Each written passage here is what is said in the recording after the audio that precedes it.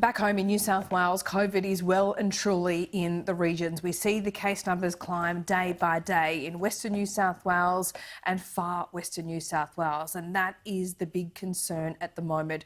Over 70 cases in the remote town of Wilcannia, and it's a mostly Indigenous population. Joining us live now is Shadow Minister for Indigenous Affairs, Linda Burney. Thanks so much for your time. We spoke to a community leader there yesterday, and he gave us, Brendan, that is, gave us a picture of what it's like, that there are often families of 12 or more living in the one home. So that's why this virus is spreading there. What do the people of Wilcannia need, Linda? What the people of Wilcannia mean, good morning, Laura, is proper isolation facilities. You are absolutely correct with what you've just said. There is chronic overcrowding in homes.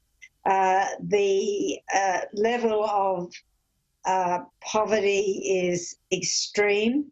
They are wonderful people. I know the town very well, and I know the community really well.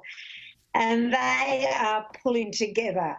But there is a real need for people to have the capacity to isolate. My understanding, speaking to the Shire yesterday, is that they hope to have camper vans in place by the end of this week so people can isolate. But that is well after the horse has bolted. Yeah, we're talking about a population of 700 people, so over 10% have COVID in this town, which is a scary figure indeed. Yeah, I hear what you say about the preparation for COVID, but we are in this situation now. So what is being done now? We've heard reports of people in tents isolating on their front lawns. What you're describing is absolutely right and completely unacceptable. There is a real need out there also for people don't think about this. It's all about vaccines, but food security is a big issue in that part of the world. And there's a lot of babies, young mums out there that need nappies, that need baby formula. And I understand that they've gone as far as a crowd money-raising page to do that.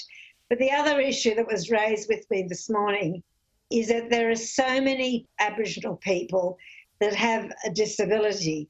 So are those people getting what they need, be it colostomy bags or be it testing for diabetes? And it is also a really beautiful little town on the highway. So there's a lot of people that pass through the town, and that's a real worry as well. That's right. So it is a town which is a bit of a thoroughfare, particularly for deliveries and people moving around that area. So when we talk about food security, is there not enough food getting through? Is it because deliveries have stopped or drivers aren't allowed in there? What's going on? Well, it is the availability of fresh food in the town. I think there was one supermarket that had burnt down. I think there is an existing small supermarket, but these places are tiny and they're expensive. Yeah. Mostly people in those communities right along the Darling River travel once a fortnight or once a month into larger centres to actually get food. Like, for example, with Wilcannia people, it would be to Broken Hill.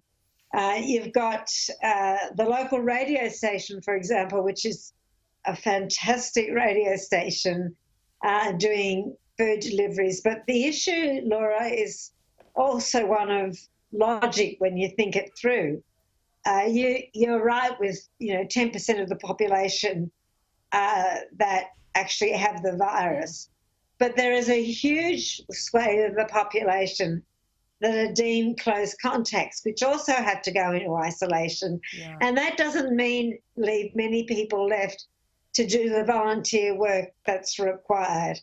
So I mean, these are some of realistically the as well, issues. Linda, we know the testing was slow in Wilcannia. We know there was a delay over one weekend, for example. We know how the Delta variant works as well. So, I mean, testing rates actually keeping up with what the reality on the ground might be. I mean, we're talking about 10%, but if, we know that in Sydney, for example, if one person in a household gets the Delta variant, their entire household that gets it as well.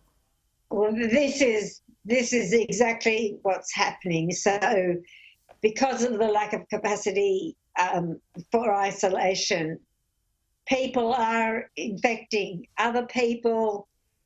And as you say, the Delta variant is so easy to catch. We've also had reports this morning of a very remote, isolated, small community up on the very north coast called Mulimuli, is also very, very much on high alert at the moment as well. All right. So Sewage there testing are often real gives us a bit of a problems. forecast about where COVID is.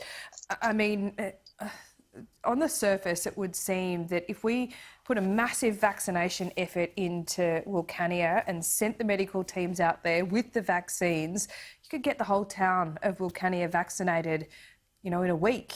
Is that possible to do, or is there some hesitancy? Well, my understanding is that the OSMAT team is working through those small towns. I'm not quite sure. There is vaccination taking place at Wilcannia, but I can't answer about how quickly they're going to get the whole town vaccinated. But what you're describing is absolutely doable. And the thing that I have been arguing for is a national plan for remote Aboriginal communities. It is not rocket science. People know where these communities are. They know their vulnerabilities. So what is the national plan, and what is the government's plan for getting communities vaccinated? I mean, if we think about I know we're talking about the Western Division of New South Wales, but there are upwards of 700 infections, and they're growing every day. So this is the real worry, and they're popping up in many towns in this west and the central west. And we've got to remember that they're Aboriginal and non-Aboriginal communities living in these places, and they are proud of where they're from. They're proud of who they are. And in terms of those Aboriginal communities, Laura, culture is very strong. Family connections are very strong, but the overcrowding right along that Darling River is chronic and a huge issue. Well, we'll wait to hear the update from the New South Wales Premier today, and no doubt in Parliament later. Linda Burney, thanks so much. Thanks, Laura. Well, over in the US,